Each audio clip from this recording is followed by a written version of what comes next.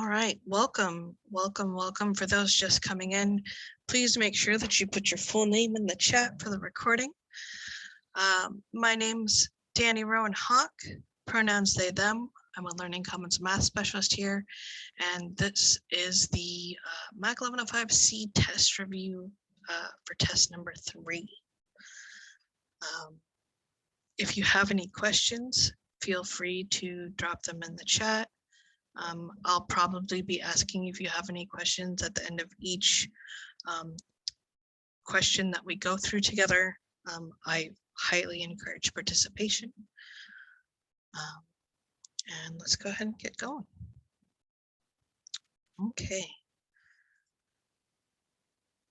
So looking at this, one of the things you'll have to do on your test is simplify expressions into the form a plus bi. So if we're looking at this first one, where would we start, do you think?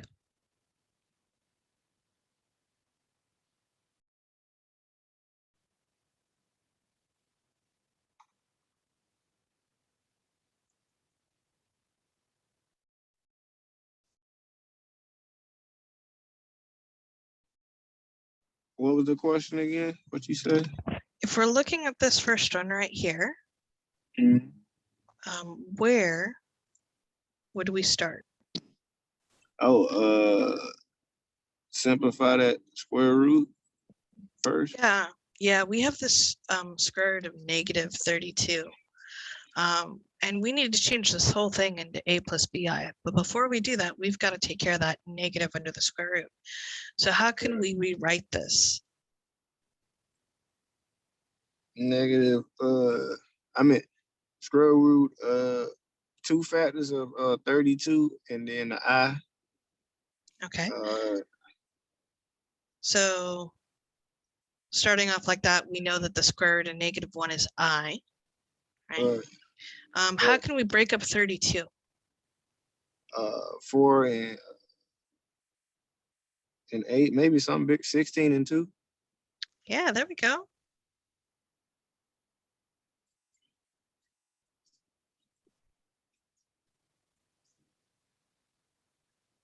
Okay. So what is the square root of 16? 4. 4. And then 2, we can't do anything with that. So this just becomes 4. Whoops. Well, it'd be good if I wrote the right thing, right? 4i square root 2. So if we're looking at this, this is negative 6 plus 4i root 2 over 6. Can we still reduce that?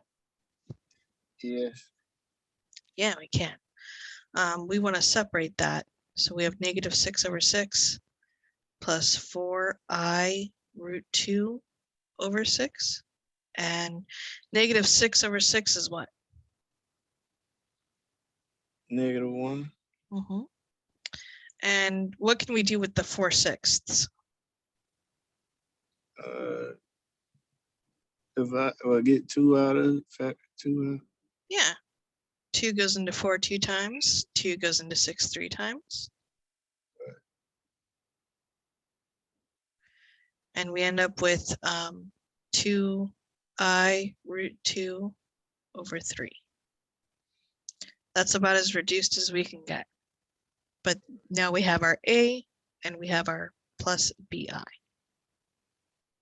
Another way you can write this one or type this in is negative 1 plus 2 root 2 over 3, and then the I on the outside, like that.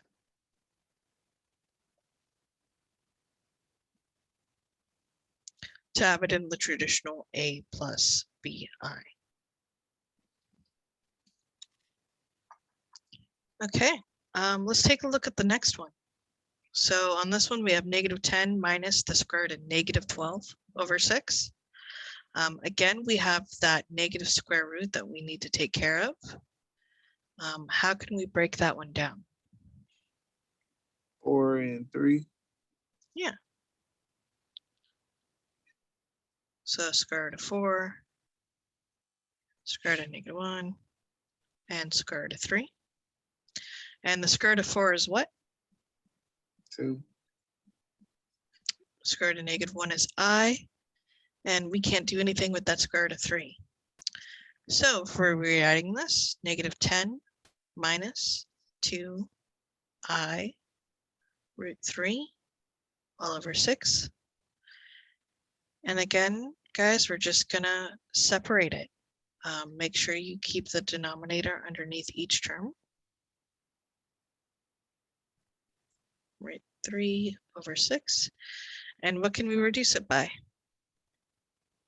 By 2. Yeah. Dividing each one by 2. Dividing each one by 2. And what do we got? 10 divided by 2 is what? -5 over 3 minus I square root 3 over 3. Yeah. And again, if you want to see it in the exact A plus BI form, the same way, the other way you could write that is -5/3. Good job, by the way. Minus the square root of 3 over 3 I. Just make sure if you're writing it in this format or this format, that the I is on the outside of that fraction.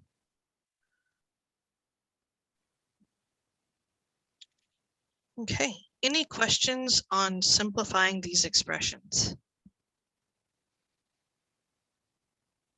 I have a question. All right. Whenever you were taking the square roots for the 12 and doing the 4, -1, 3, why could you not just do square root of -4 times square root of 3? Oh, you could do that, but where's the I come in? I'm not sure. Yeah. So that, and fair assessment. So that is where the square root of -1 being equal to I comes in. Oh, So okay. I see so that. you have to separate that at some point. You don't have to in the beginning, but separate it at some point.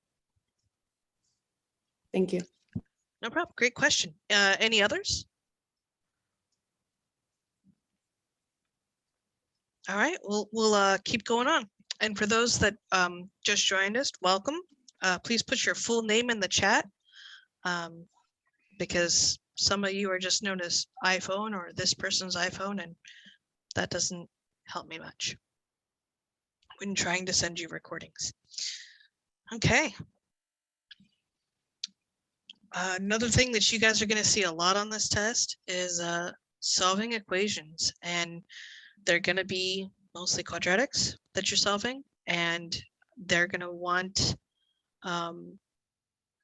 all solutions. Now, you want to be careful. You might come across one that says only real solutions, and in that case, if your answers are imaginary or complex, you know you're going to put D and E. But in this case, for these two, it says include any non-real solutions. So this means they want it no matter what it is. So we're solving for X here. Something you guys did this round is you have solved quadratics in many different ways. You've done extracting roots, you've done completing the square, you've factored, and you've used the quadratic formula.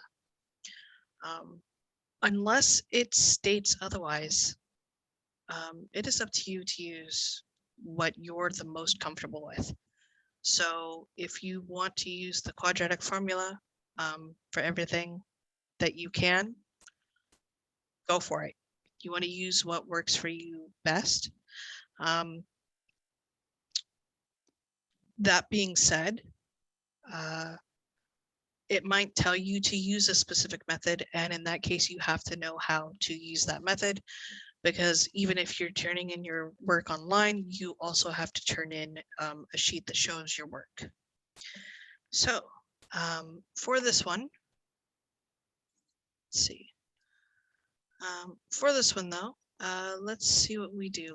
I'd say use the quadratic formula for these just to start. If we look at this one though, can we factor the first one? X squared minus 5x plus 3. No. Yeah, no, we can't factor this one. And we can't because the only factors of 3 are 3 and 1. And there's no way 3 and 1 are ever going to add up to 5. So our best bet is the quadratic formula for this one.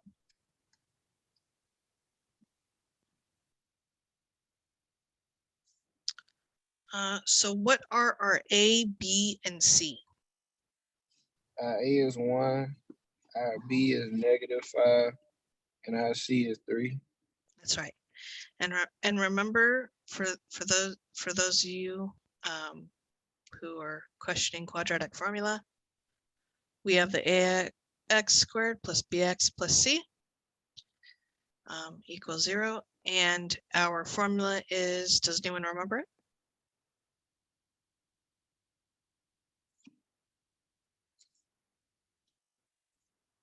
Say it again. What was that? Does anyone remember the formula for quadratic Oh formula? yeah, negative b plus or minus square root b squared minus 4ac over 2a. Yeah, and I'm not gonna sing it because again, this is being recorded and I refuse to be recorded singing. But you can sing this song to the Pop Goes the Weasel song if you're having trouble memorizing it. True story. Okay, so we have our A, B, and C. Let's just plug it into the formula now. So we have x equals negative. And remember when you're plugging stuff in, put everything in parentheses. Okay, so our B is -5. Minus 4, our A is 1, our C is 3, and this is all over 2 times A, which is 1. Okay, let's clean this up a little bit. -5 is what? 25. Ooh, careful. Doing the first part. -5. Oh, it's +5. Yeah, it's +5. But I will totally take your answer for the second part, which is -5 squared is 25. Okay. And then we have a -4 times 1 times 3, which is what? -12. Yeah, you got it. -12. And then 2 times 1 is 2. Okay. So if we're cleaning this up a little bit more, what is 25 minus 12? 13. 13. Can we do anything with the square root of 13? No, because 13 is prime. Yeah, 13 is prime. So this is your answer. If you're typing this answer online, then you'll definitely want to separate it as 5 plus square root of 13 all over 2, comma 5 minus square root of 13 over 2 for your 2 answers. Unfortunately, we don't get to use that little plus minus sign. It's a shame. They should add that in there, but they haven't yet. So we take what we can get. All right, let's look at the next one. We have 2t squared minus 3t plus 4 equals 0. Is that something we can factor?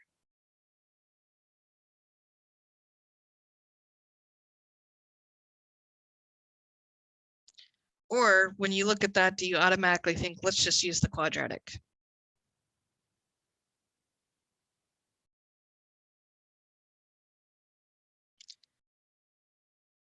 Well, usually if we see a number that's greater than 1 here, we tend to fancy the quadratic. So let's do it again. A, B, and C. What are A, B, and C?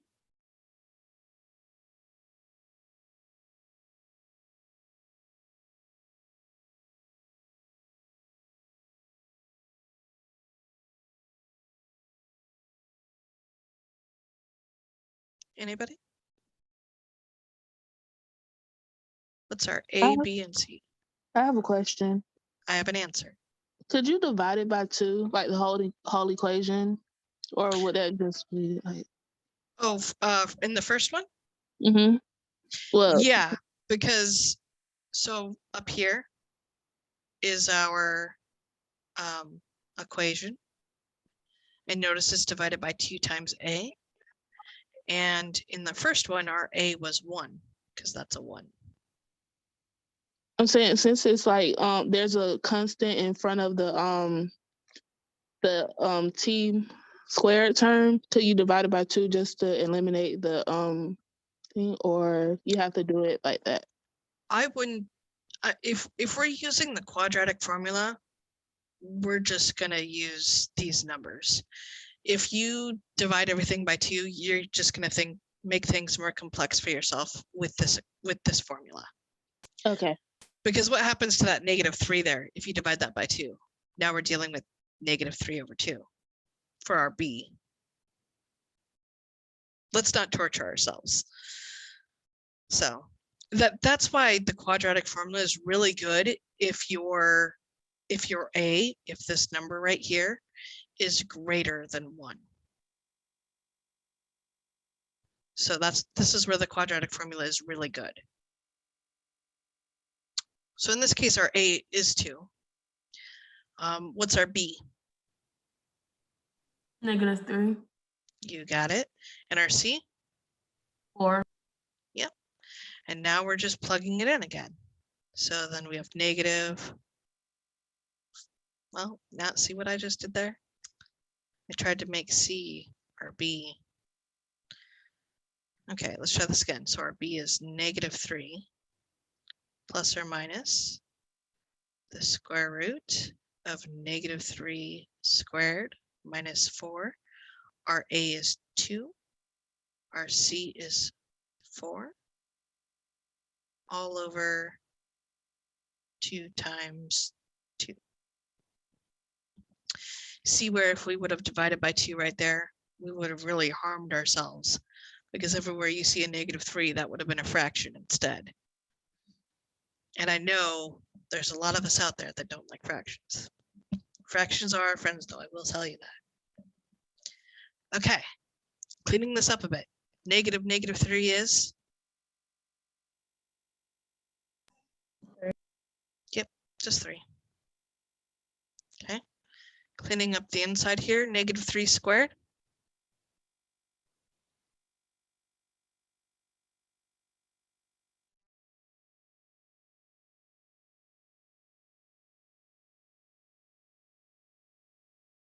What's -3 times -3, guys? 9. Yeah. And then we have -4 times 2 times 4. -32. Yeah, you got it. All over 2 times 2, which is 4. Okay. So then we have 3 plus or minus. What's 9 minus 32?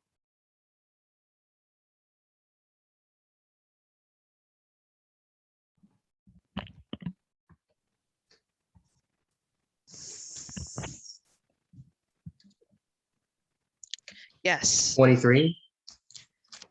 Yeah, I'm seeing a lot of answers here. -23. Yes, good job, guys. Also, if you just came in, please put your full name in the chat so that you can get the recording. Because if I just have your first name or I just have iPhone, I don't know who you are. And Jalen, are you still having trouble hearing me? You having connection issues? Can everyone else hear me okay?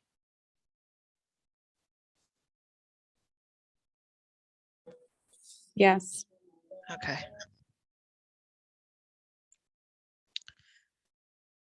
All right. Back to this. We have the square root of -23. We need to get rid of that negative under the square root, right? So what can we break -23 up into?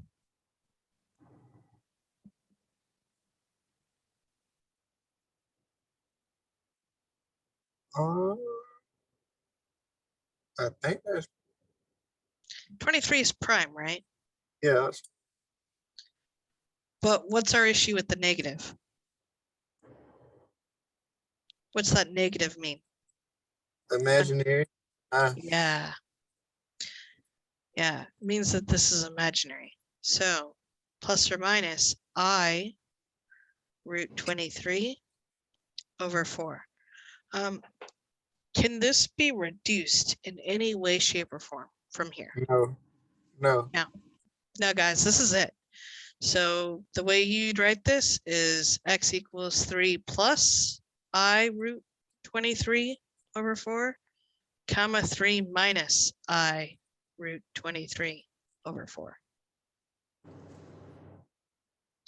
And if you're typing it, you want to put parentheses around this to make sure that that's all in the numerator. Any other questions on this one?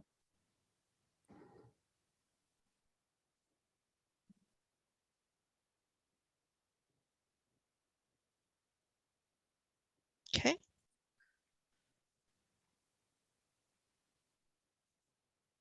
We got a couple more. Now, I said before that unless it specifies otherwise, you definitely want to solve these the way that you're most comfortable with.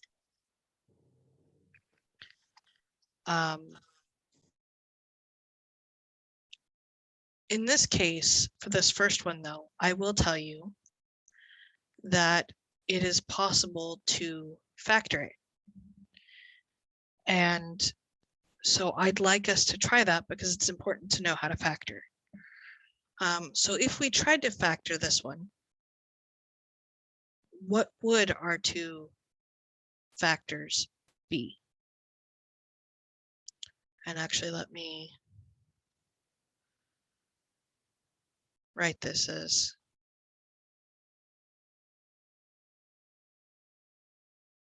since we're solving for x. What do you think our two factors would be?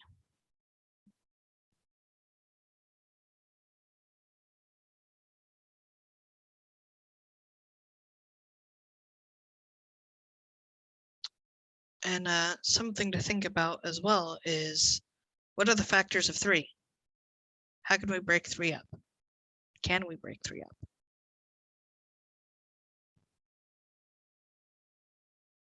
Three and one are the factors of 3. Yeah, one's a 3 and one's a 1, right? Right. Now, one way that you can factor is trial and error. Right. Testing what works and what doesn't. We know that there's an x in both of these, but what we don't know is whether that 4 is broken up or not. Just remember that this term is multiplied by this term, and this term is multiplied by that term.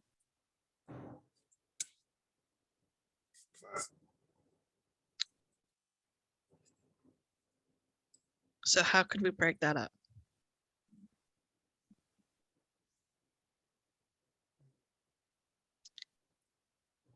Like, and we could test it. If we put 2's here, Right. would that work? This would be what? 3x. Well, so you're multiplying, so that'd be Oh, 2x. And that would be what? 6x. 6x. 6 and 2, that doesn't work, right? Right. Okay. How about 4 and 1? Where do you want to put the 4? Do you want to put the 4 here, or do you want to put the 4 here? In the front. Okay. Okay, so 1 times x would be x. What's 4x times 3? 12x. Could we get 11 from that? Yes. Yeah, we can. In order for it to be negative 11, where would our negative be? The larger number, the 12. I meant, yeah, with the 4 to make it. I meant 3. Yeah. To make it. I knew what you were talking about. You were like, it'd have to be with the 12. Yes. Right. So, Okay. So this ends up being the factors that we use. So then we have 4x plus 1 times x minus 3 equals 0. What do we do from here to solve?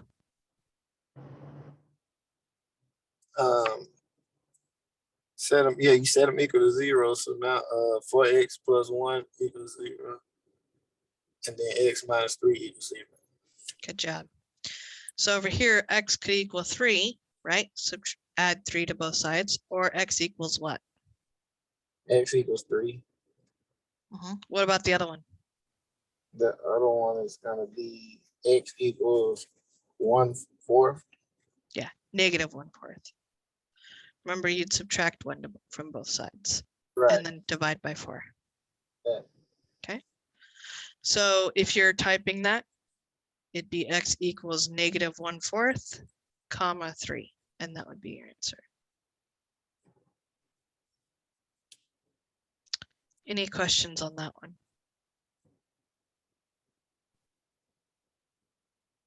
Okay. We'll do one more of these, and then I think we should be moving on to some different stuff besides just solving the long way. So here we have 2x squared minus x minus 7. Our factors are 7 and 1. There's no real way you can really factor that one nicely.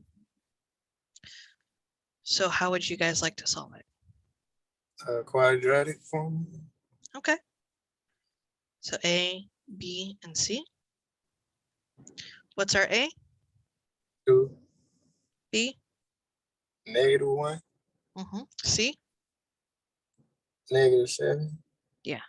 Yeah, just remember, guys, that the signs stay with the numbers that you're working with. So our x equals negative 1 plus or minus square root -1 squared minus 4 times A times C. And this is, well, you know, if I could draw a straight line to save my life. Try that again. All over 2A. Okay. So as we've said before, negative times a negative is a positive, so that's a +1. What's -1 squared, guys? 1. Yeah. And then we have -4 times 2 times -7. What's that equal? -1. I mean, you got 1 minus -14.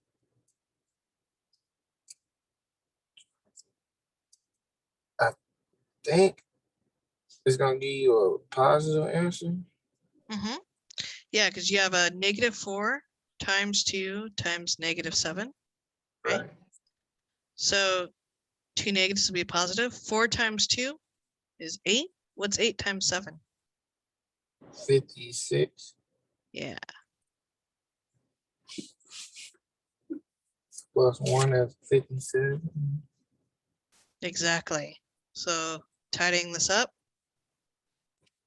square root of 57 over 4. Can we reduce that? No. No. So we're literally stuck with just 1 plus square root of 57 all over 4, 1 minus square root of 57 all over 4. That's your answer.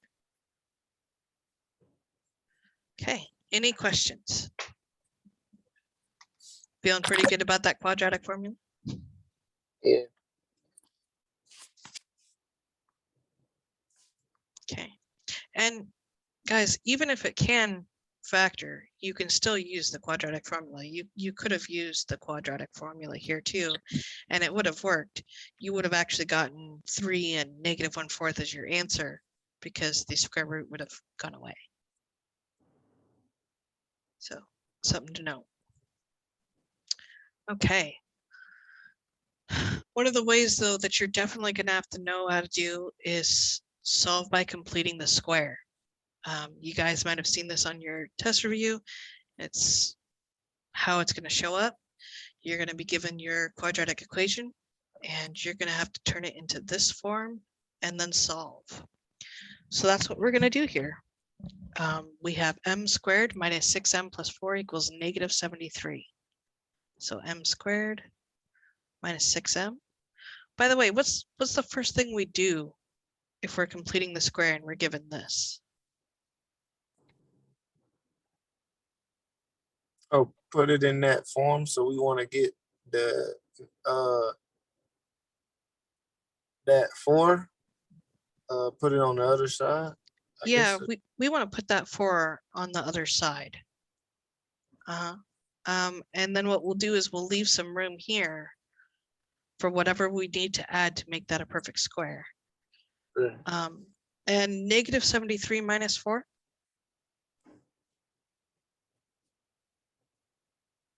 Negative 77. Yeah. And then just remember, whatever you'd add to make that a perfect square on one side, you're going to add it to the other side. Now, how do we find that number?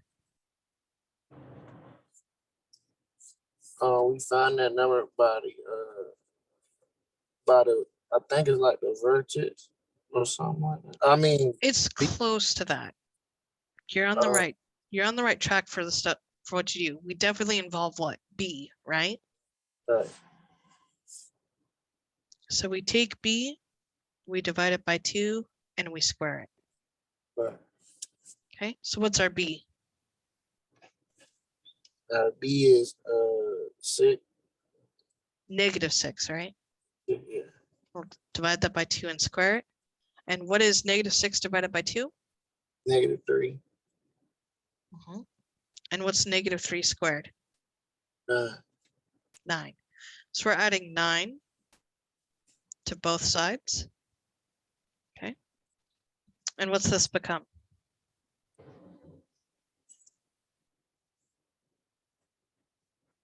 It becomes adding up. So now it's going to be negative 66.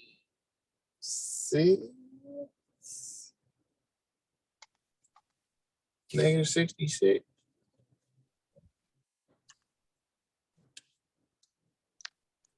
Let's bust out my little mini calculator. Yeah, negative 68. That's it. There we go. I was thinking it was 60. Yeah. Okay.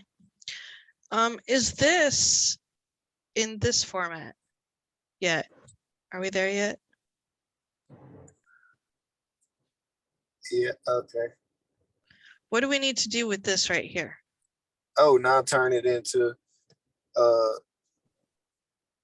basically turning that m minus a squared.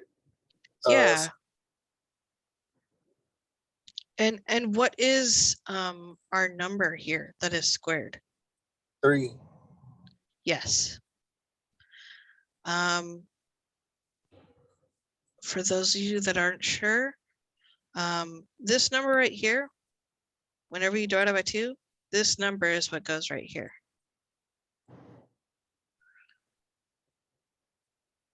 So if this was a positive 3, this would be m plus 3. If it's a negative 5, it'd be m minus 5. That's how that works. All right. You also find it by taking the square root of whatever number you just added. Square root of 9 is 3. Okay, so we have our equation, and now it wants all solutions, including any non-real.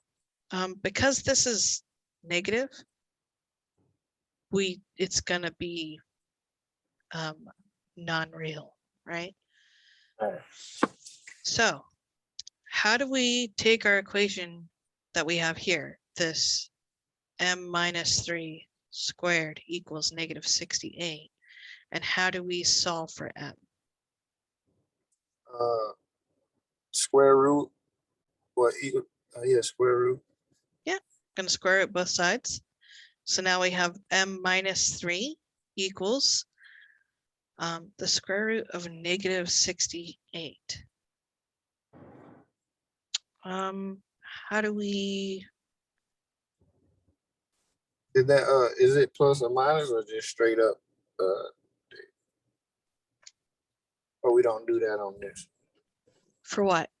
Oh yeah, no, it'll be plus or minus. Okay. Yeah, you're on the right track. It's going to be plus or minus because we are personally taking the square root. Right. Yeah. What do we? So we got to break up 68, right? Right. So first off, we know it's the square root of -1 for one of them. So let's find a perfect root that goes into it. Does 2 squared go into it?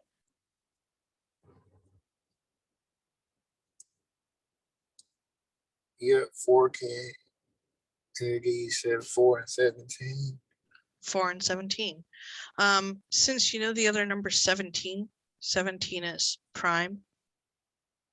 So you're kind of stuck with that. Yeah. But if it had been a different number, you could have just kept testing 3 squared, 4 squared, to see if any of these numbers went in there. But turns out the first one did, so we were golden. Okay. Now, cleaning this up a little bit, we know that the square root of -1 is what? Is I. And what's the square root of 4? 2. 2. Square root of 17 stays. So this becomes m minus 3 equals plus or minus 2i root 17. And what do we do with that 3? Oh, add it to the other side. Add it to the other side. So we get m equals 3 plus or minus 2i square root 17. And that's your answer.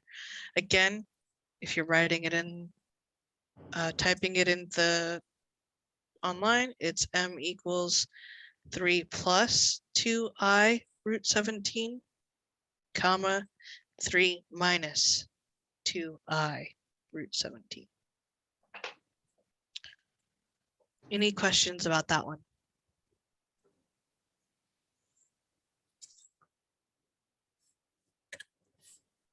Okay, well, we got another one, so let's get through that one. Okay, so our next one that we're going to solve by completing the square, w squared plus 2w minus 27 equals 8.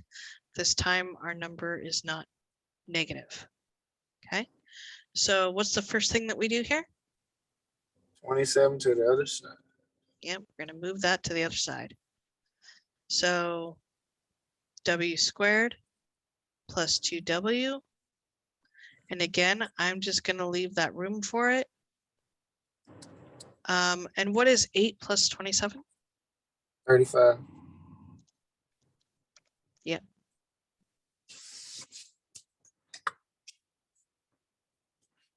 And again, whatever we're going to add here, I'm going to just put a placeholder for it. Okay, so what are we adding?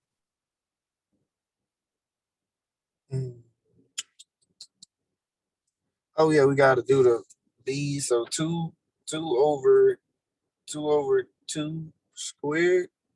So 2 over 2 is 1, and 1 squared is 1. So 1. Yep. Okay. So this is 36, and this is w squared plus 2w plus 1. What is our a for this equation? Our a is 1. Yeah, right. Square root of 1 is 1. Or if we just look right here. So you have w plus 1 squared equals 36. And that's the equation that we got for this one, because that's what it asked for. And then now it wants us to solve it, including any non-reals.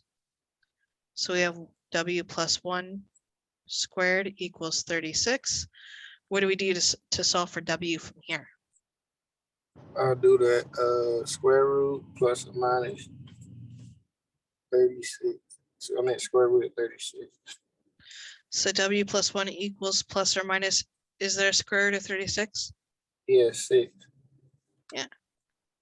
Okay, what's next? Subtract the 1 from both sides. Well, get the Yeah. 1 on. And yes, and guys, when you're doing this, make sure whatever you're moving over to the other side goes in front of that plus or minus, okay? So this becomes W equals -1 plus or minus 6. And from here, we can actually split it off into our two equations, -1 plus 6, -1 minus 6. What's -1 plus 6? Is 5. -1 minus 6. -7. So our answers are 5 and -7. I'm glad you did that too, because that's usually where I mess up. Like I would go W, and I put the 1 on the other side. I would subtract it before I would, so I would be like, I would say like W equals plus or minus 5. Mm-hmm. Yeah, so I'm glad you said do that.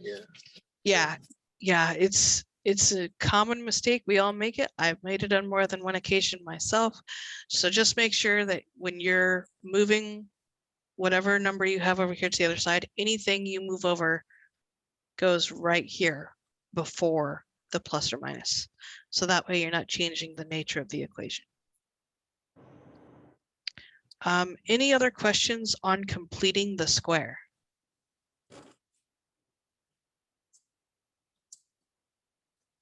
All right, let's move on. And again, if you haven't put your full name in the chat, please do so. Okay. So this says for the graph of the function. We don't have the graph. But we will. But for f of x equals -x squared plus 2x plus 8, you get a bunch of questions. They want to know what the vertex is. They want to know the equation of the line of symmetry, if it has a minimum or a maximum and what it is, X-intercepts, Y-intercepts. This actually goes on another slide. This is another common question you guys come across. There's a couple ways you can solve this, right? You can solve this by hand, and it's important to know how to solve it by hand. What's another way you can solve it? Calculator. Yeah, you can graph it on the calculator or look for the answers on the calculator, right? If you graph it and then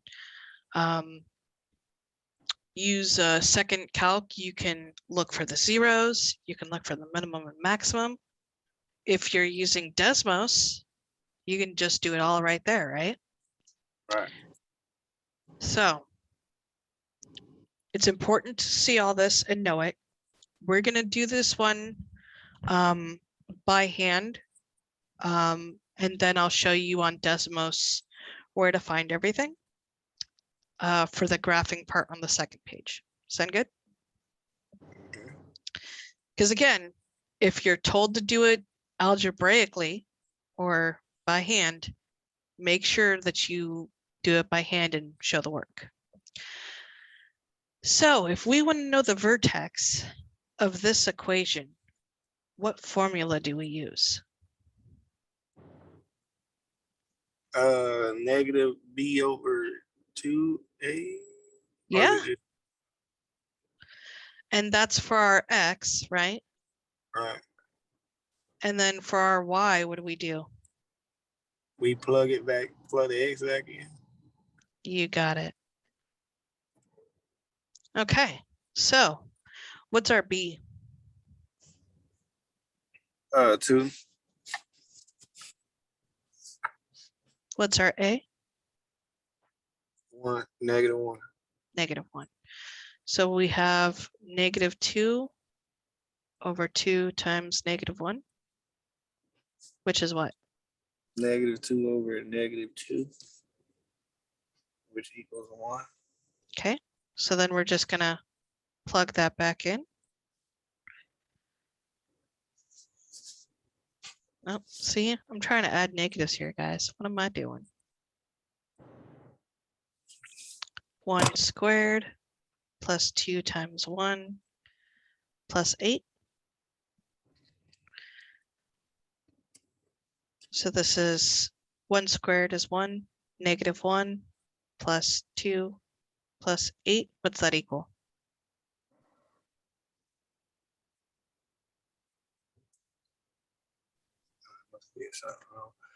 Negative 1 is 1.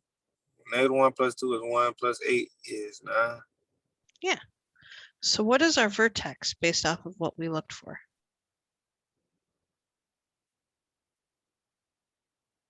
Our vertex is 1, 9. Yeah. Remember, the first part we solved for x, and the second we solved for y. Okay. What's the equation of the line of symmetry? Or the axis of symmetry? Same thing.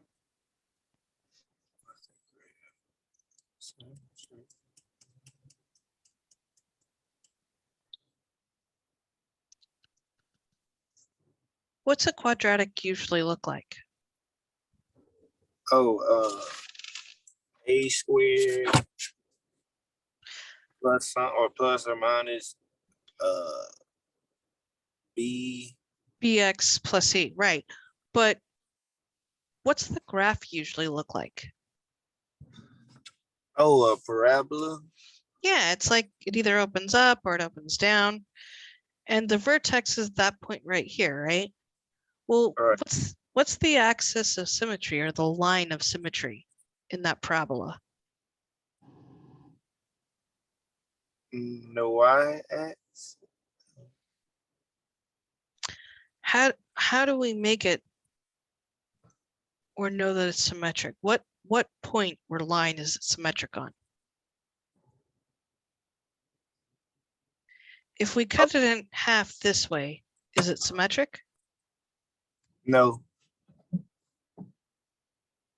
What about this way? Yeah. Yeah, I mean, if you draw a lot better than me, absolutely, right?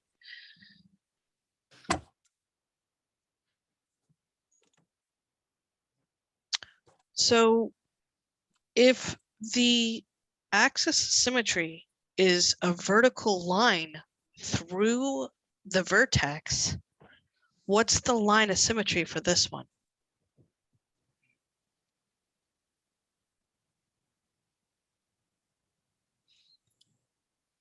Nine. Is 9 the x or the y? The y. What are we dealing with here? Vertical line. We dealing with x or are we dealing with y?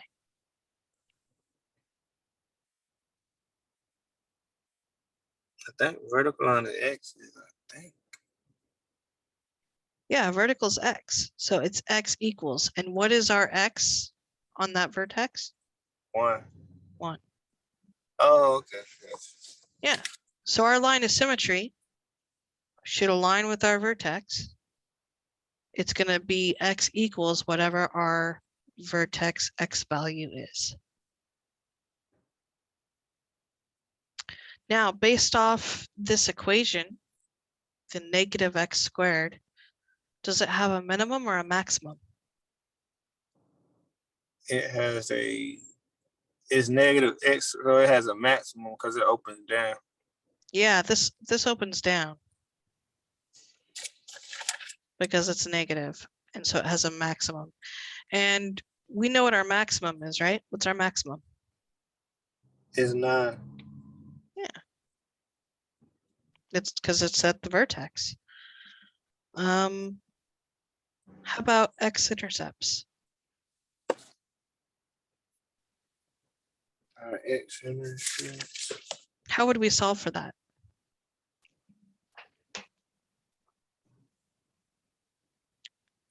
Where it intersects where it crosses the x axis. Mm-hmm. So what is 0 if it's on the x-axis?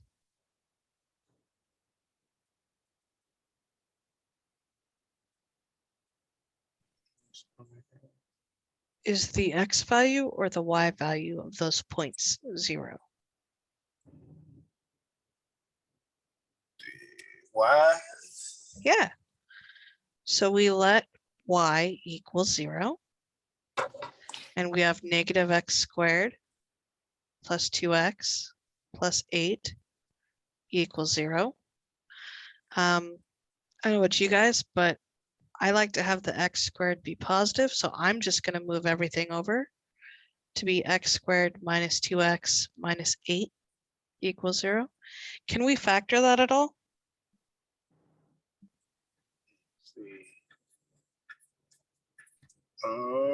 Let's see. Yeah. Yeah. Wait, no. Okay, yeah. Okay. Yeah. No, you were right. Okay. What are the factors of 8?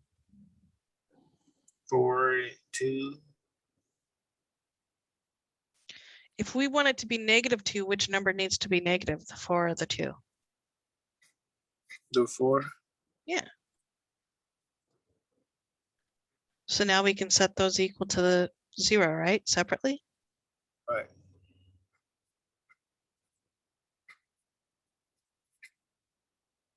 So what's x equal here? X equals 4 and x equals -2. Now those are our zeros. What are the intercepts? That's the coordinates. That's I want to say 4, 0, and 2, -2, 0.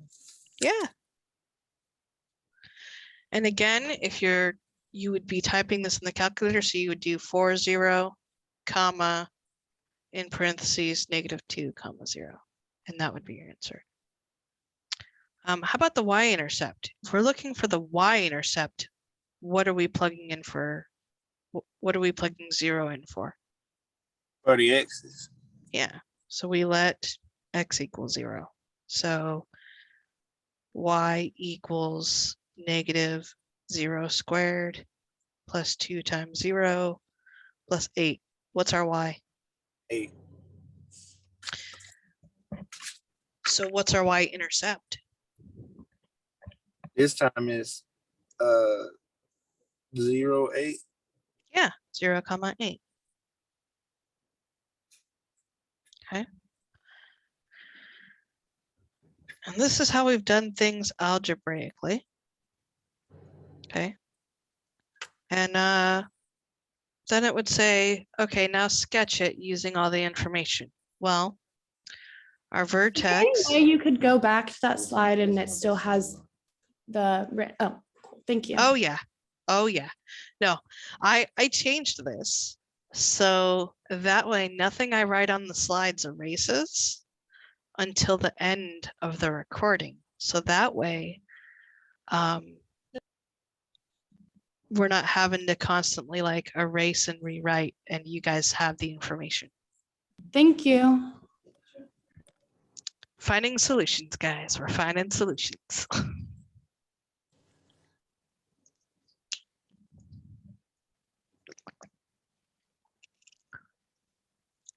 Before we get on to the sketching, does anyone have any questions on A through E?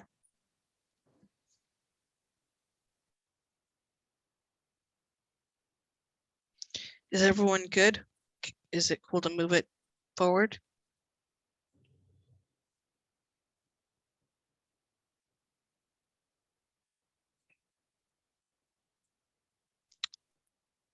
Okay.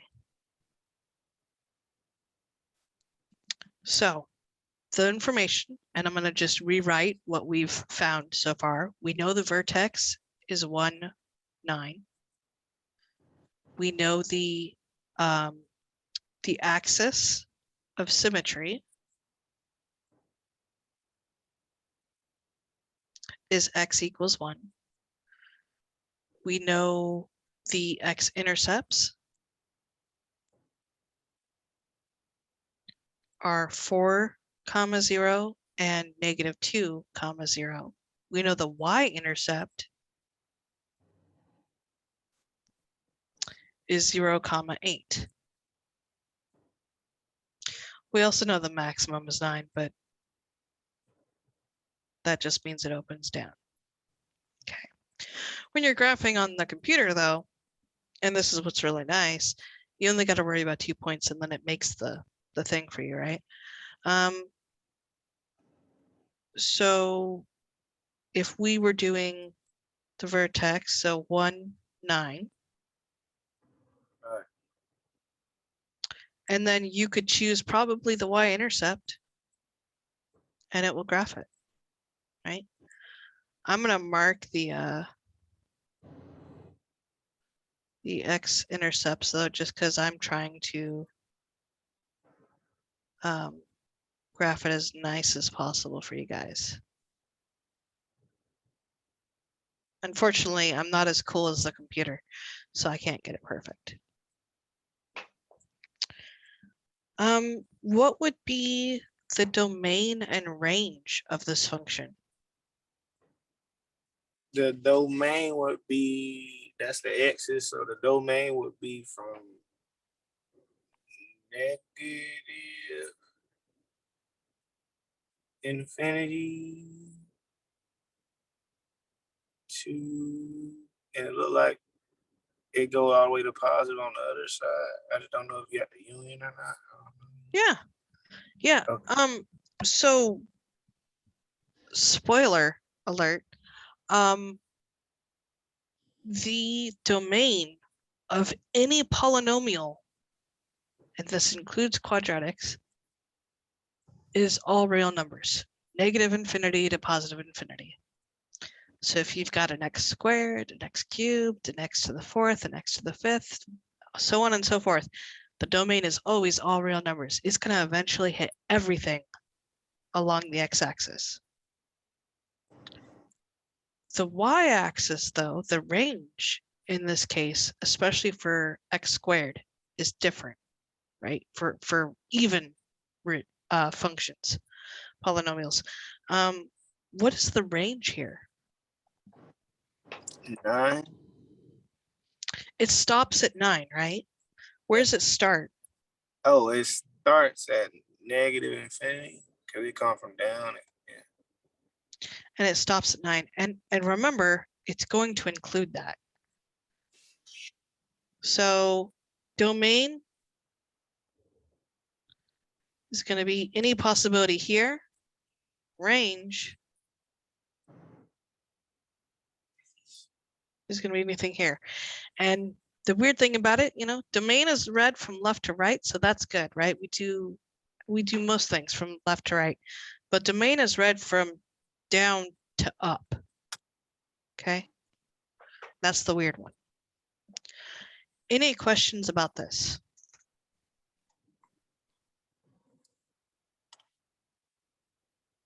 Okay. Really quick, we're going to do the fun part of, remember how I said that there's another way you could solve this? Well, if we just popped open Desmos and said f of x equals negative x squared plus 2x plus 8, we'd have our graph. If you click on it, there's our maximum and our vertex. There's our y-intercept, and here's our zeros. Of course, if you're using a graphing calculator, you would do the y, and I'll actually click back onto this for it. You would do the y equals button, type it in, and then do graph. And then you'd hit second calc for the maximum and for the zeros.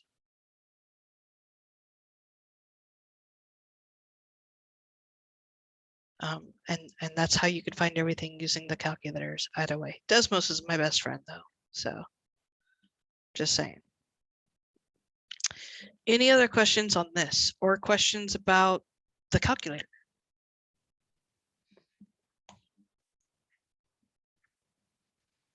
Nope. Okay. Another thing you guys are going to see is piecewise functions, and you got to know how to graph them. And on the computer, you're given options. You're given lines that look like this, lines that look like this, and lines that look like this to choose from. And you have to know which ones to use. You might also, on some of them, be given ones like this. I will tell you right now, when you're dealing with a piecewise function, you're not going to use that one. Because that is a line that goes on forever. And our piecewise function is in parts. So if we had one line that went on forever, we wouldn't have a piecewise function. Okay, best way to start these is to pay attention to this, our parameters, and then start from the top and go down. So first thing to note, that should probably be a -2. That was my bad. So I'm just gonna do a dotted line just to kind of help us see. You wouldn't be able to do this on the computer, but a dotted line from -2, and then 4 seems to be the other one. So these are the separations for our 3 graphs. So from -2 on, right, less than -2, we have x plus 7. So two tables are your best friends for that, right? Now, which line are we using to graph the first one, x plus 7? Are we using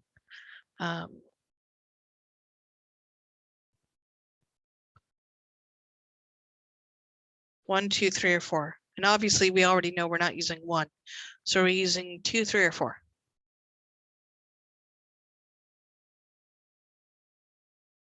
And you can type in chat. I do have chat up. 4, because x plus 7 is gonna be greater than x. But is it a parabola? What's it look like? What's x plus 7 look like? Oh, I see what you're saying. Oh, okay. I think it's gonna be a line. It's going to be a line, but which one are we going to use? Are we going to use 2 or 3?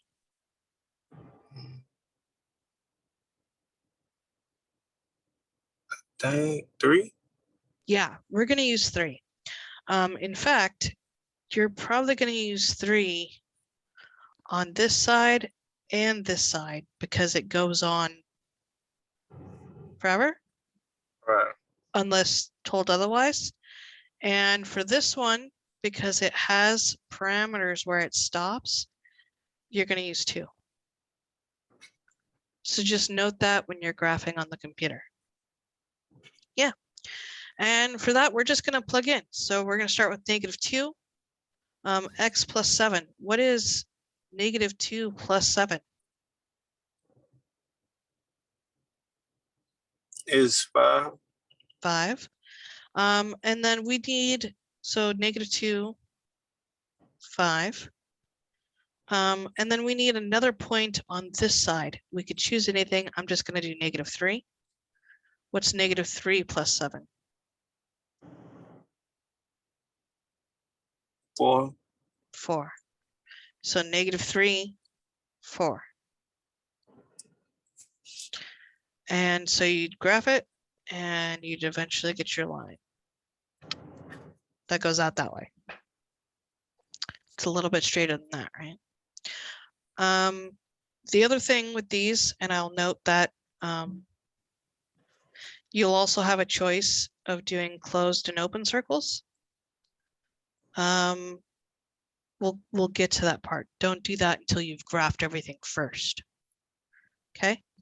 So now for this middle section, which graph are we using?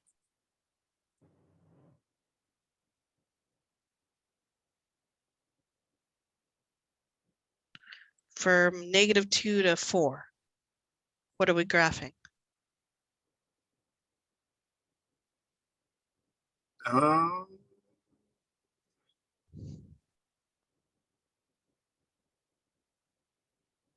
from -2 to 4. I guess that'd be 2. So it's actually this right here, right? That's what we're graphing. Yeah.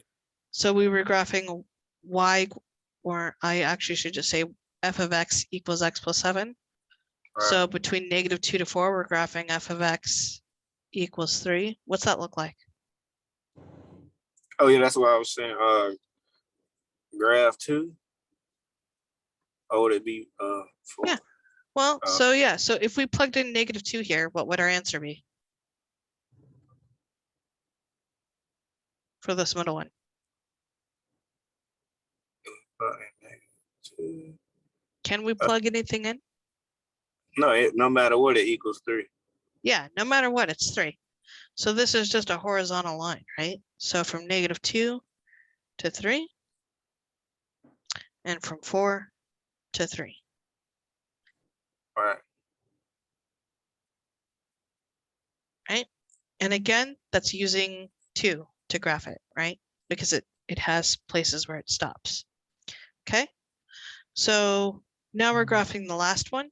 Anything greater than 4, you have 0.5x minus 6. I'm going to write that the way I like to see it, which is 1/2 x minus 6. 0.5 is 1/2. So we start with 4. So you have 1/2 times 4 minus 6. What's 1/2 of 4? 1/2 of 4 is 2. What's 2 minus 6? -4. -4. So 4, -4, that's down here. And since we're doing halves, I'll do 6 because I want something that 2 divides into. So then we have 1/2 of 6 minus 6. And what is that? 1/2 of 6 is 3. Minus 6 is -3. Yeah. It's a line, right? So it should be okay. And that goes like this. Now we're not done though. You've graphed it, but the second part of doing the piecewise functions is placing the solid or open circles. And the only time you place solid and open circles is if there's breaks. Well, if you look at this, our piecewise function has nothing but breaks, right? So we have to put the closed and open circles based on where it's included and where it's not included. Okay. So my first question to you is -2 included on the first one? So right here.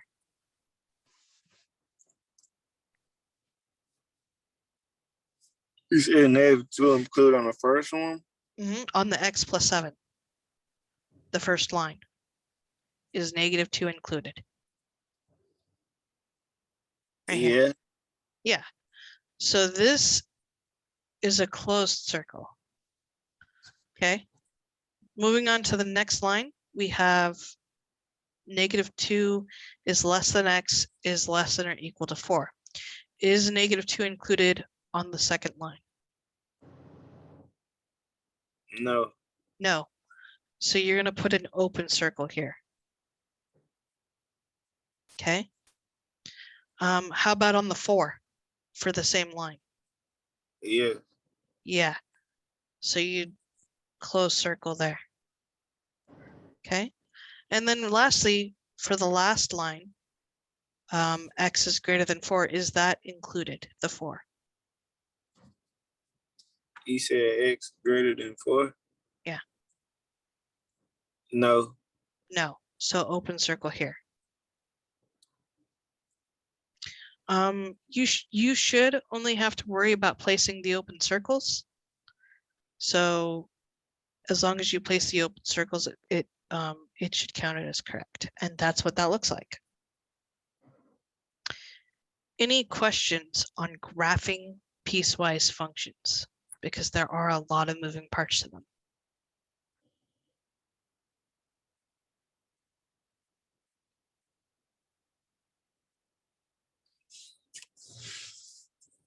All right. Let's move on then. The second thing about piecewise functions that you guys will be asked writing your test is calculating different values. And the key here is going to be knowing which equation to use based on the number the x you're plugging in. So if we want to find h of -3, which equation are we using of the piecewise function? We can use, you said h is -3? So our x is -3. So which equation are we using?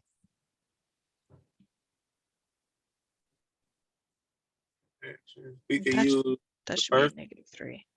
Oh, it's negative. Oh, never mind. We could use x. We could use, and that's greater than or equal to. So we gotta use the second one because it's Yes. -3 and Yeah, because -3 is less than or equal to x, which is less than 1, we're going to use the second equation. So we're going to use 2 -3 squared plus 4 times -3 plus 1. So what is -3 squared? 9. And 4 times -3? -12. Okay. 2 times 9? 18 minus 12 plus 18. That is 6, but 7. Good job.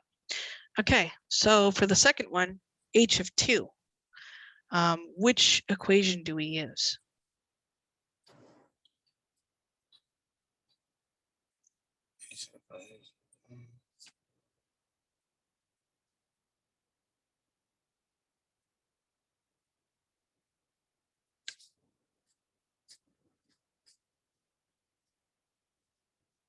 Oh, for h -2, I mean h of 2, it is greater than or equal to 1. We can use the last one. Yeah, since 2 is greater than or equal to 1, we're going to use the 4x plus 9. So we have 4 times 2 plus 9. 4 times 2 is? 8. Plus 9? 17. Yeah. What equation do we use for h of 0? H of 0. Where's 0 fall? Oh, less than -3. So the first one. Is 0 less than -3? I meant no, or the second one. I meant greater than or equal to -3. Yeah, -3 is definitely between. You know, it'd be good if I wrote the thing right. Let me try that again. It's definitely in between there, right? So Right. we're going to use that 2 times 0 squared plus 4 times 0 plus 1. What's that equal?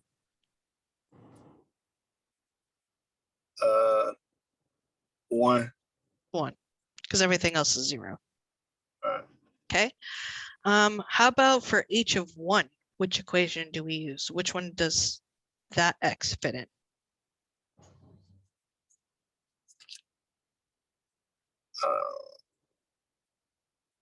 Oh, the last one? Yeah, the 1. Yeah, because 1 is greater than or equal to 1. So 4 times 1 plus 9. So we got 4 plus 9, which is what? 4 plus 9 is 13. Good job. All right, how about h of -10? Where does -10 fall on for the x's? That Which- first one. That first one. Yeah, -10 is definitely less than -3. So we're using -5 times -10 minus 4. -5 times -10? That's next. I mean 50, So we have 50 minus 4, which is what? 46. Okay. And for the last one, where's 6 fall under? 6 falls up under the greater than or equal to 1. Yeah. So 6 is greater than or equal to 1. So we're using the 4 times 6 plus 9. 4 times 6 is 4 times 6 is 24. plus 9. 33. Good job. Any questions on this one and how it works? Okay, so if you can graph them and you can correctly figure out which equation to use to solve it, you're golden. And remember, when it comes to piecewise functions, these parameters, these conditions, that's your golden ticket to solving everything. It tells you which one to use and how, and it also gives you the numbers to use. All right, let's keep going. Another one you guys are going to see is the rocket question, right? A rocket is launched.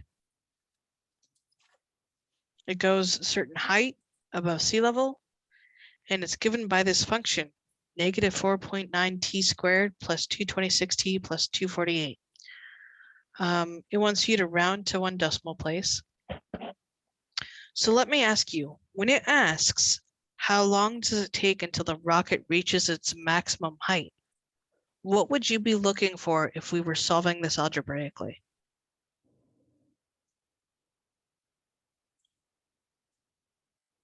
Say it one more time. No problem. If we were solving this algebraically, like graphing it, not graphing it, but like actually doing the math, what would we be looking for if we want? Go ahead. Oh, for t? Nope. For how long it takes Right. until, we're definitely looking for t, but how long it takes until the rocket reaches its maximum height. What are Right. we solving for?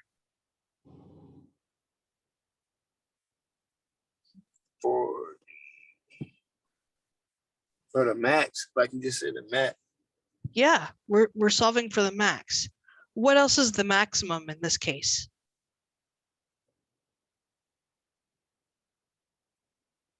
Look at the equation. The height. Yeah. Or So first off, what kind of equation is this? quadratic. Quadratic. So what is the maximum also? Oh, the vertex. Yeah, so we're solving for the vertex. The maximum equals the vertex. Again, you can solve this on a calculator, right? It doesn't specify.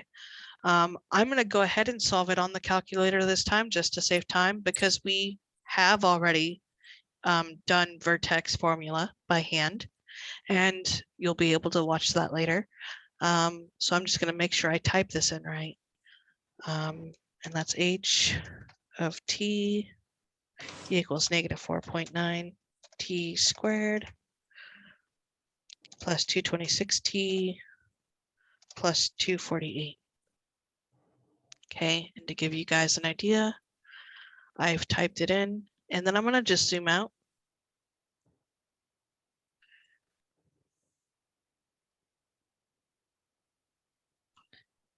So it's up here, right? And then if I click this, I'm going to get the maximum. So when it says when, and this is my maximum, my vertex, which number am I looking for? If I'm saying when. when it reaches max height.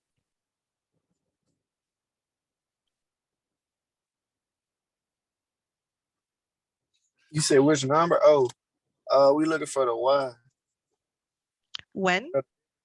Oh, when is the X? Yeah, so that's that 23.06. Right. And this says to round to 1 decimal place. So 23.06 is roughly 23.1 seconds. Don't forget the seconds.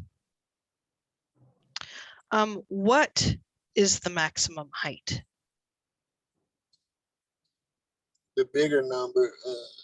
Yeah, that 2,853.9. Right. So roughly 2,853.9 feet. Also important. Don't forget the feet. Nope, I was wrong. I said feet. What is it really? Meters. Yeah. So it's also important to know your units. Don't be me. Know your units. Now it says, assuming that the rocket will splash down into the ocean, at what time does splashdown occur? When it's talking about the ocean, what is it talking about?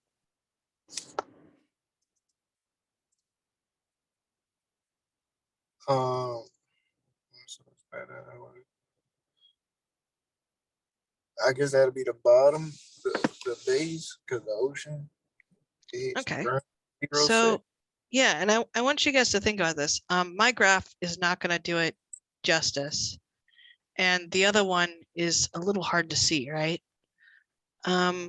But we launch a rocket and then it comes down.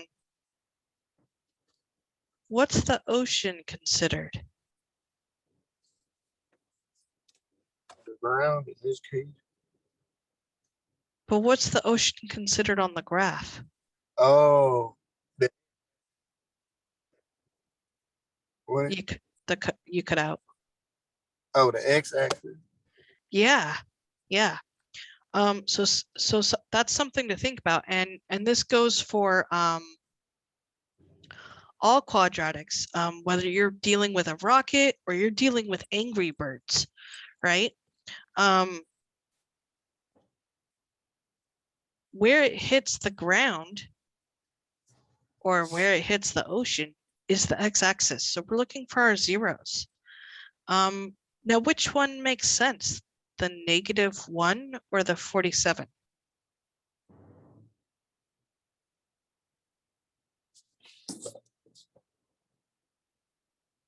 He said it hits the ground. Yeah. I guess 47 because Yeah. the ground. So Yeah, negative down sound. yeah. So first off, we're never going to have a negative time, right?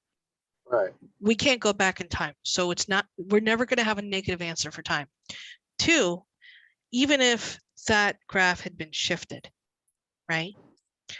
We're talking about when it comes back down. So we're always looking for the 0 that's on this side of the graph. The right side. Right. We don't care about that one. So after 47.2 seconds,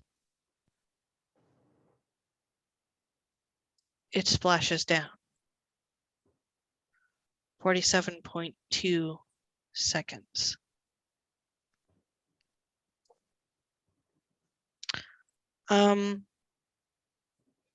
Yeah. Any questions about the rocket question?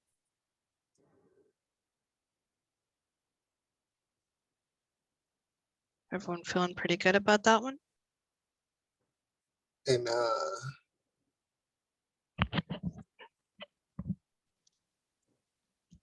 okay. Let me just splash back down. How could you find that if you didn't do the graph? Cause I've been basically just going behind you, just typing the numbers in without a graph. So like where you got the 47.2 seconds, is there a way I could have just used that formula to find it, or I would have had to use my calculator? Oh, so you could have also used what? So in this case, think about it. So in this one, we're looking for vertex, right? Splashdown in this case, and that was a great question, by the way, is our zeros. So we're solving for X. Okay. So quadratic formula would also be a way to solve that one, right? Okay. When you put it in your calculator, did you just do y equals and then you used x instead of t? And yeah, you could definitely do that, right? If you're using a graphing calculator and not Desmos, just swap t out for x. Another way that you can solve for this on the graphing calculator, guys, is you do the y equals, graph it using x, and then second calc and 0, right? For this one, y equals second calc maximum.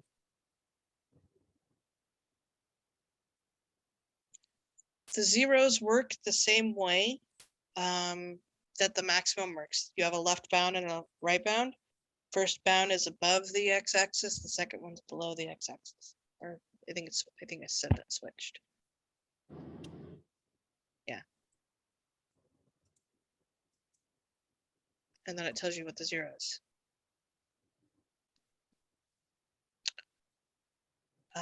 But yes, thank you for bringing that up. Yeah, if you're not using Desmos, obviously Desmos you can type any variables and it'll graph it as long as you're using the proper equation. Graphing calculators, X is your best friend, so which is odd, but it's true. So you're gonna swap T for X. Any other questions about this one?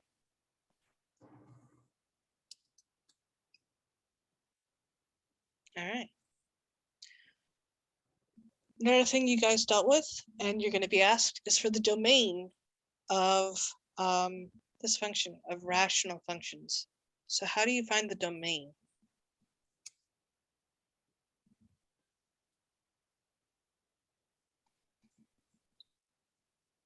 You said, how do you find a domain? Yeah, how do you find the domain of a rational function? Domain, that's the bottom, right? Mm-hmm. Yeah, so Bro? yeah, we said earlier, right, that any polynomial, the domain's all real numbers. Right. But what's different here is that this is a fraction, and this domain right here, see if this will let me, this cannot be 0, right? It's all fun and games until someone divides by 0. So yeah, so we gotta solve for what would make that 0, right? So we have Right. x squared plus 7x minus 8. Can we factor that?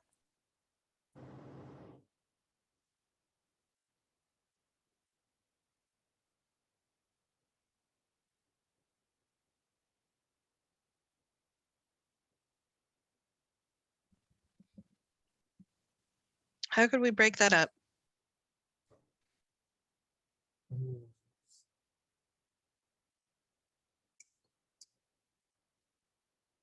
Oh, 8 and 1.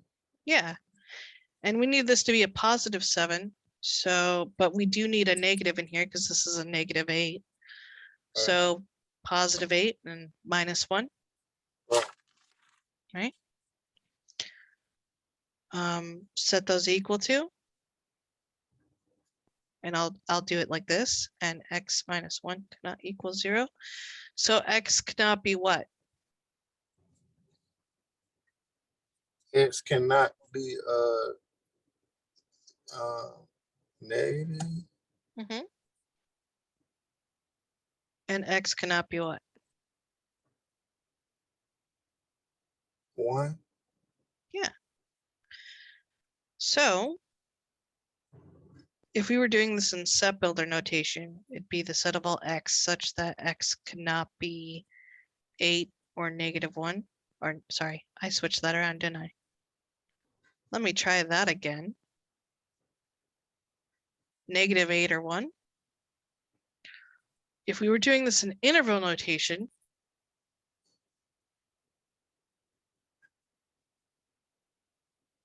how would we do this for interval notation? Are we saying it cannot be? Cannot be.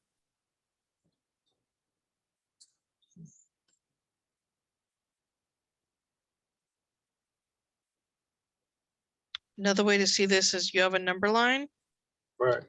you have -8, and you have 1. Right. We're saying it cannot be, so these are open circles, right? Right. And this goes from -infinity to +infinity. It can be everything here, right? That's okay. Right. How about everything here?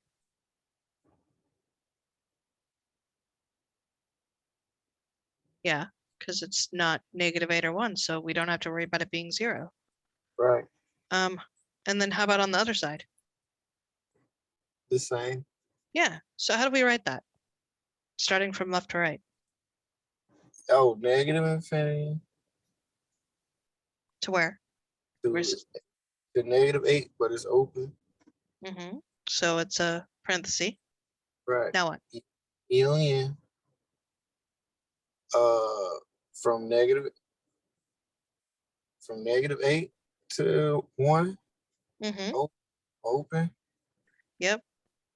Guys, to just see I tried to write -8 as an infinity. That was special. Okay. Yep. another union from 1 to infinity. Yeah. It can be everything but those. Just can't be those. That's our domain. Any questions about that one? You might also see it as a set of all X such that X cannot equal -8, comma, X cannot equal 1. Both of those are correct. That's where you use those app set or whatever you call them, app set? Oh, the set builder notation? No, it's like a little dotted line they be putting is vertical app set vertical. It's like a little red dotted line they use. It start with an A. I forgot how to say the word. I said something. No, that's the such that line.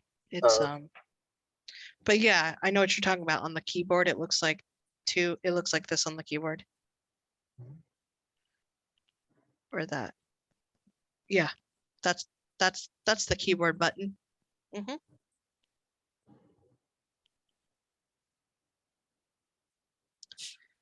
All right. If no questions, let's keep going. We're almost done. So again, you're considering a quadratic function and you're finding the following: the line of symmetry, the vertex, the vertical intercept, and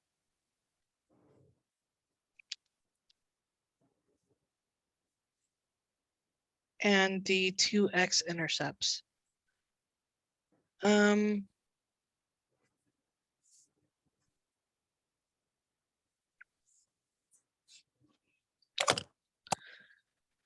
So if we want to find this stuff, what are we looking for if we're looking for the line of symmetry and the vertex? Could do this a couple ways, right?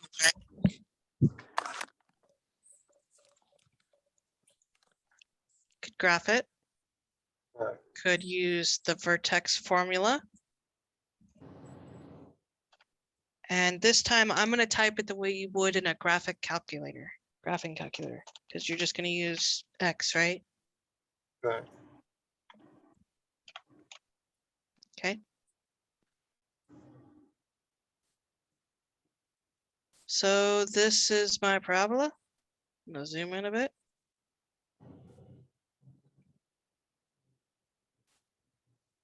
Okay.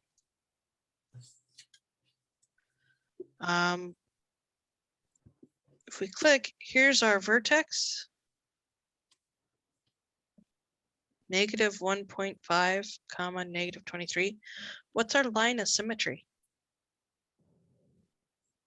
-1.5. Yeah, and it's going to be x equals -1.5. You see that? How that made that purple line right here? That symmetric line. Okay, so writing this down. X equals -1.5. Our vertex, what is it? 1.5 and the other thing, Yeah, -20. -1.5, -23.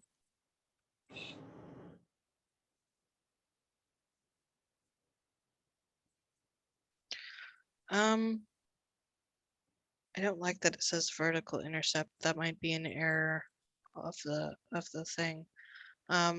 It's actually wanting to know the Y-intercept, Okay. which is what? -14. Yeah, and it's intercept, so it's a point. 0, comma, -14. If you didn't know how to find this on the graph, another way you could do that is plug in zeros for the x, right? Right.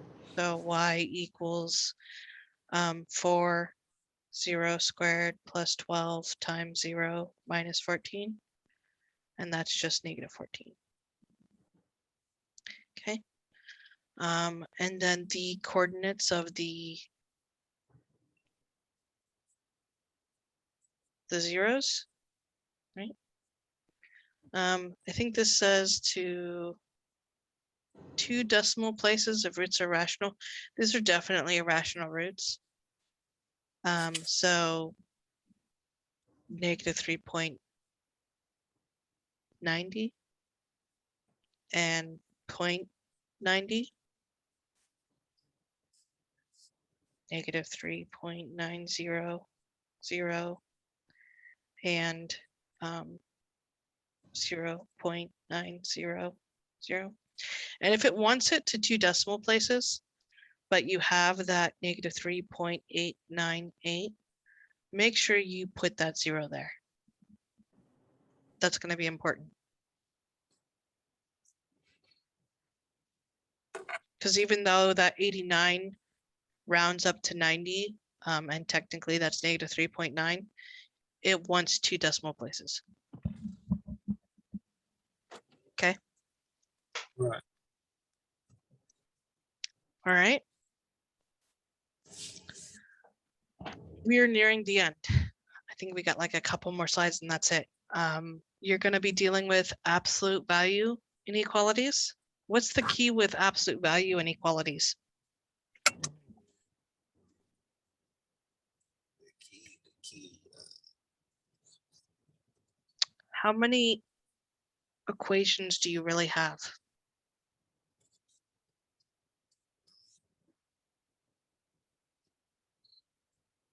That's a good question.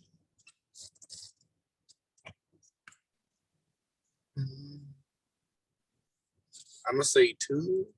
Yeah, 2 options, right? And remember, when it comes to the absolute value inequalities, it's either an and or an or, right? So looking at this equation though, what's the first thing we'd have to do before we could solve this absolute value equation? Get that -3 to the other side. Get the 1 to the negative other Oh, side no. first, right? So subtract 1, so you have Right. -3, absolute value, -7x, 6 equals what? 9? equals 10 minus 1 is 9. What do we do to move this -3 over?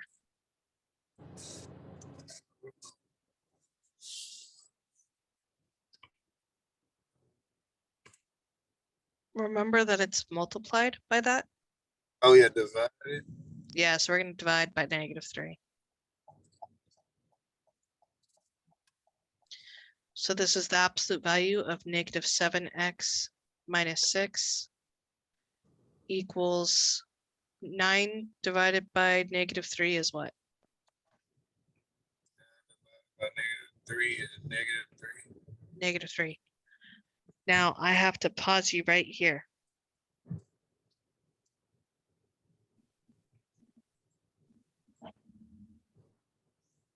What's the problem with this? Oh, you can't have a negative out there. You can't have a negative. I forgot the reason, but you can't. Right, Absolute values aren't negative. right. Absolute value is always a positive number. So this is a D and E. If this had been, -7x minus 6 equals 3, then we'd be good to go because our x could be positive or negative, right? But the answer is always positive, and that's the problem. Okay.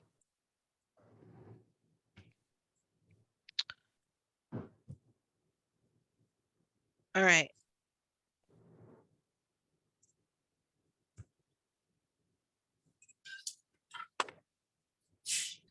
So now we have x plus the absolute value of x plus 9 is greater than or equal to -8. Right. So we have x plus 9 is greater than or equal to -8, or what? Or x plus 9 is less than or equal to +8. Yeah. Yeah. So let's solve. Got to move the 9 over, so we subtract 9. You can do that with both of these. So we have x is greater than or equal to what? To -1. We have -8 minus 9.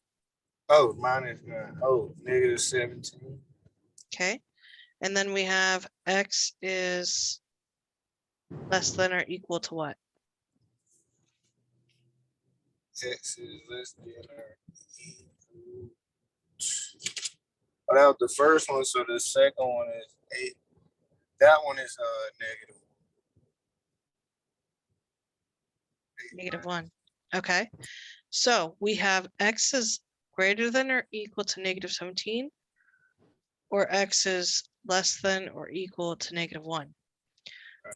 Because this is an or, okay. I want you guys to think about this. So if we have -17 and -1, greater than or equal to includes it, right? Right. And goes this way. Greater than or equal to includes it and goes this way. This is an or. So what's the possibility? What's our answer? If it could be either or.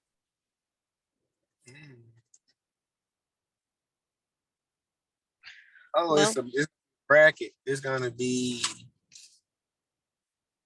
bracket -17 and then comma -1 bracket. well, let me ask you something. Uh-huh. Our absolute value, is it always going to be greater than -8?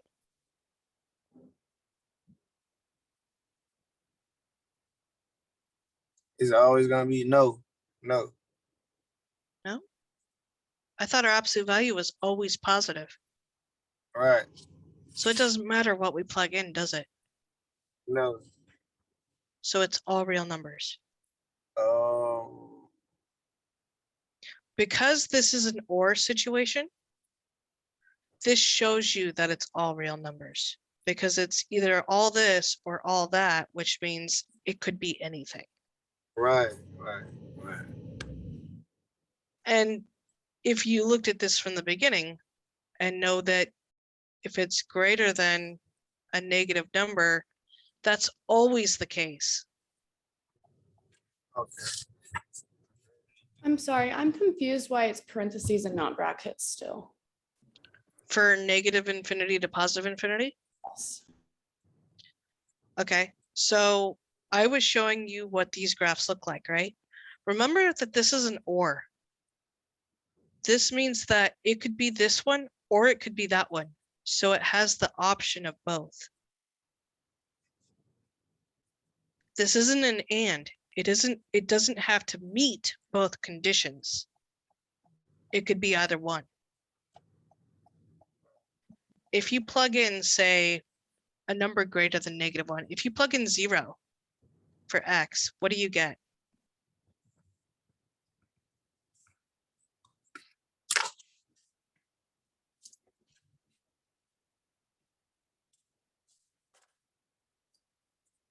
You get the absolute value of 0 plus 9. What's the absolute value of 9?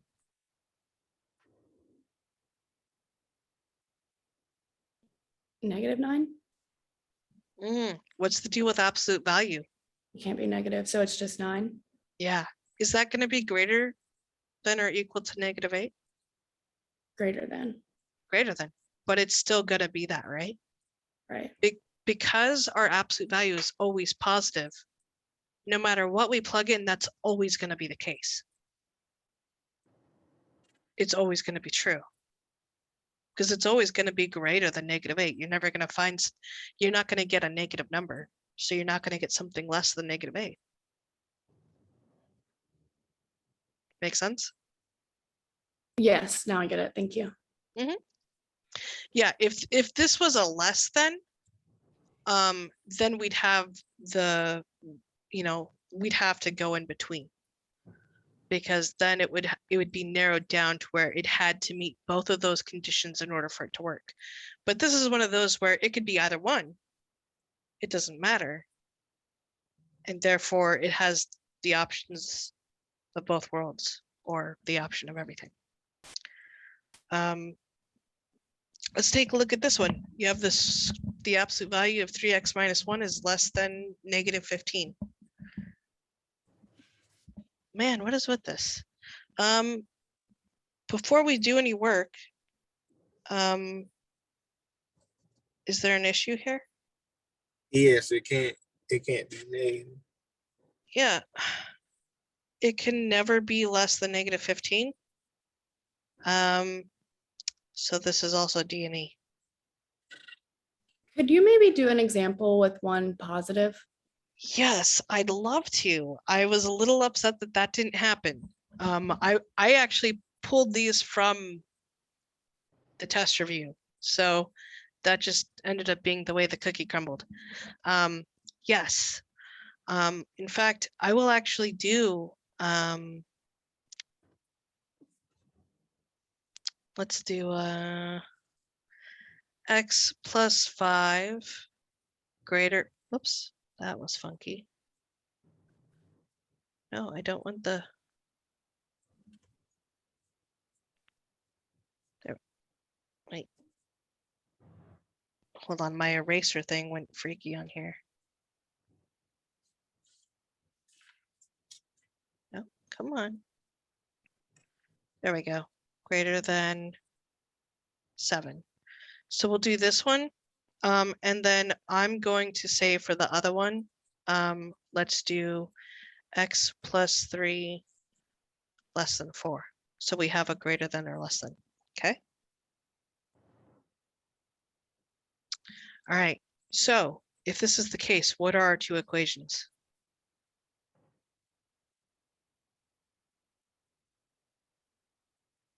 We have x plus 5 is greater than 7 or what? 7. Oh, or x plus 5 is less than negative. Yes. Okay.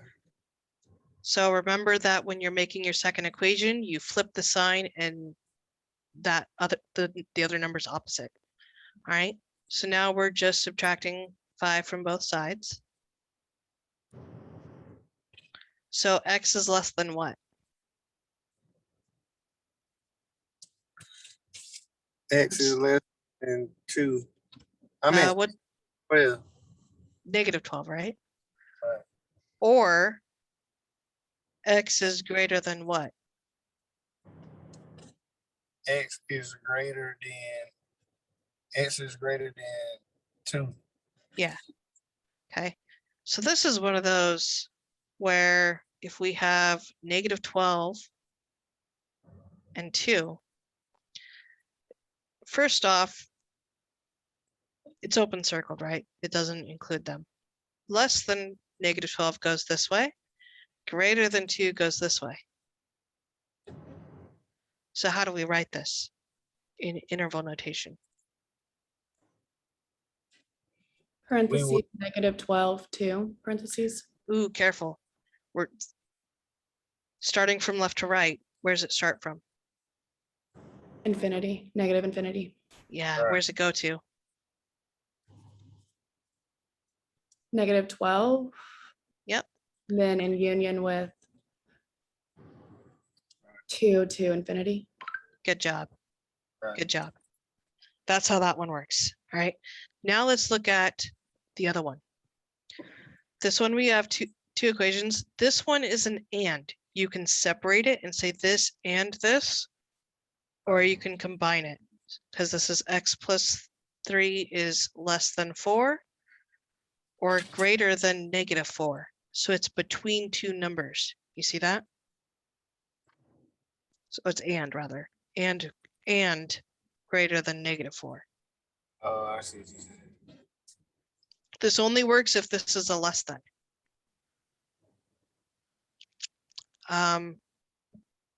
Subtract 3 from both sides to get x by itself. So you have x is between what? X is between negative. X is negative 7. And what's 4 minus 3? And 4 minus 3 is 1. 1. Now this is one of those where if you'd done this separately, like you'd said x plus 3 is less than 4 and x plus 3 is greater than negative 4, you would have had it as x is less than 1 and x is greater than negative 7, right? Right. Yeah. If we drew that negative 7 and 1 less than, so we have open circles, right? Less than 1 is that way. Greater than negative 7 is that way. Right. This is an and. Right. It has to be in between. So what is our answer? Negative 7, comma 1. Yeah. This is one of those that you have to meet both conditions in order for it to work. So it's always and if it's less than, Yes. and then Correct. always or if it's greater than or equal to. Yeah, greater than or greater than or equal to. If it's less than or less than or equal to, it's and. And then when it's equals, we just play it out like how you would with like subtract on each side, then like you, Yeah. how it would be to x. Yeah, so if this had been like a x plus 2 equals 10, it would have been an x plus 2 equals 10 and x plus 2 equals negative 10. And then solved for x. You would have had like x equals negative 12 and x equals 8. Okay. So anytime we see it's less than, it's an and. Got you. Greater than. Right. And in this case, guys, if you plug it in, right, -12 plus 2 is -10. The absolute value of -10 is 10. And this one, 8 plus 2 is 10. The absolute value of 10 is 10. So this one is x is -12 and 8. That's how that works. That's for the equals. Right. Unless you come across this, right? Because the absolute value is never going to equal a negative.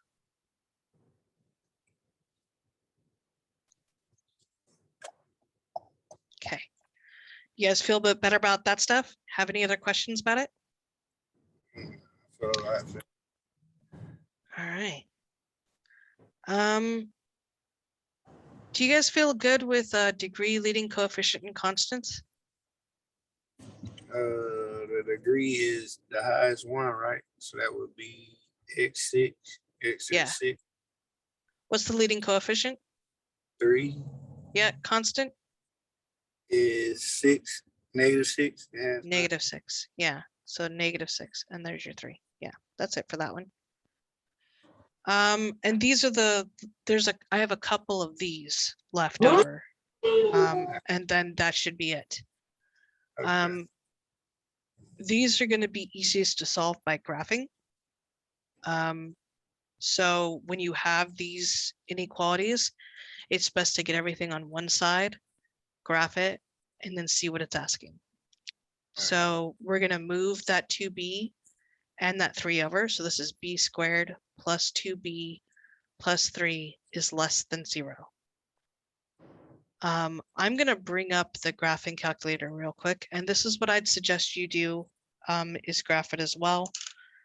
I'm going to use X because I know that if you have an actual graphing calculator, you're using X. Plus 2x plus 3. Okay, and I want you to look at this. This is the x-axis right here. What's the issue with our It's off graph? like it's off to the side, like it's not on the line, I guess. Yeah. If we looked at it, it's like this. And it wants to know when this is less than 0, or when it's below the x-axis. Is it ever below the x-axis? No. No. No. So it does not exist. This is not below the x-axis. Okay.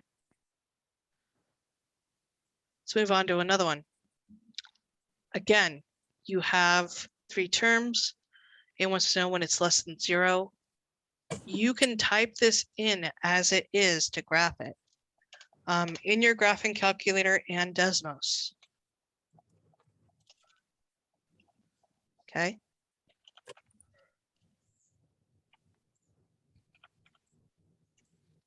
All right, and this is what that kind of looks like. I'm just going to mark what's important. So -1, 2, and 4. Okay. And I'm going to just do a rough sketch. Whoops. Not what I meant to do. Do a rough sketch right here. So you have -1, 2, and 4. And it kind of comes down like this. I don't have to be exact, but it goes like that. Okay. Right. X and Y. All right. It wants to know when this is less than 0. So when is it below the x-axis? Between -1 and 2. Yep, that's right here. And it's less than, guys. So we want circles, right? It does not include those numbers. And then where else? Where is it less than 0 or below the x-axis? From 4 to infinity. Yeah. And so that's how you would show it. And then, of course, that's also how you'd write it. -1 to 2 union with 4 to infinity. Okay. Can I show up good like that? Cause during the week, that's what was messing me up. Like I was doing it like in a straight up way where they I think they had you solve it out and then test the values on the number line and stuff like that. And you could test number values on a number line. You could. If you did the number line like this and you knew your zeros were -1, 2, and 4, you could test a point here, here, here, and here to see what's good and what's not. That's a really long way to go about it. Right. Your best bet is to, if you're using Desmos, graph it on Desmos, and then just do a rough sketch. If you have a graphing calculator, graph it on your graphing calculator, find where the zeros are, and then do a rough sketch and do this. This is the easiest route. You just got to know what it's asking for. It's asking for what's less than 0 or below x-axis. All right. If it wants greater than, what's it asking for? Above x-axis. Above x-axis. In fact, I think that's what. No, that one wasn't. That's a little disappointing. Actually, I think what I will do is we're going to change this. We're going to change this to greater than or equal to. Okay. So again, moving everything to one side, x cubed minus 2x squared. We want our leading coefficient and degree to be positive. So if it was negative, move it to the other side. Minus 5x plus 6 greater than or equal to 0. So what is it asking for? What are we looking for on the graph? It's greater than, so we're looking for above the x-axis. Above and on x-axis. So this is going to include our x values, right? And again, you're just graph it. X cubed minus 2x squared minus 5x plus 6. Okay. This is my graph. And you're going to see this really well on your guys's window, right? Because this is between 10 and 10. So we have -2, 1, and 3. I'm just going to graph this real quick on here.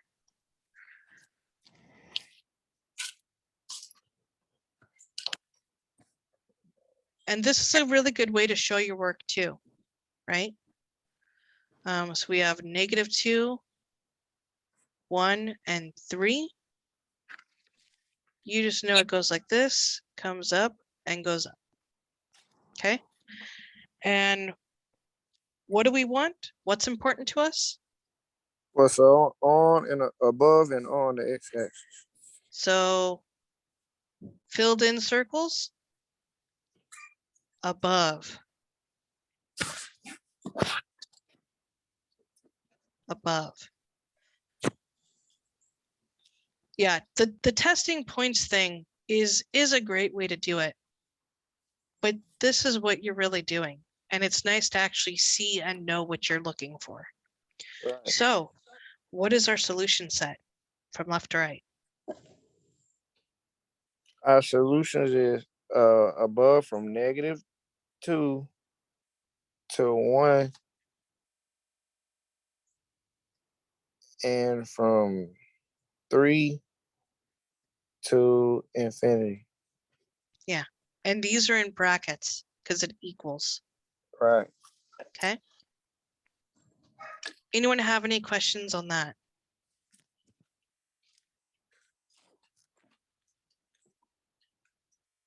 All right. Thank you for coming. I know that it went a little bit longer, but I appreciate those of you who stuck around. If you ever have any questions about anything, please feel free to call this number 850-201-8193. You can email us at learningcommons@tcc.fl.edu. You can also email me at Danny Rowan. That's an O, guys, I swear. .hawk at tcc.fl.edu. Okay, Okay. and just ask for Danny. Otherwise, thank you for coming. If you have no questions, good luck on your tests next week. I appreciate you. I appreciate you. Have a good one, guys. Me too.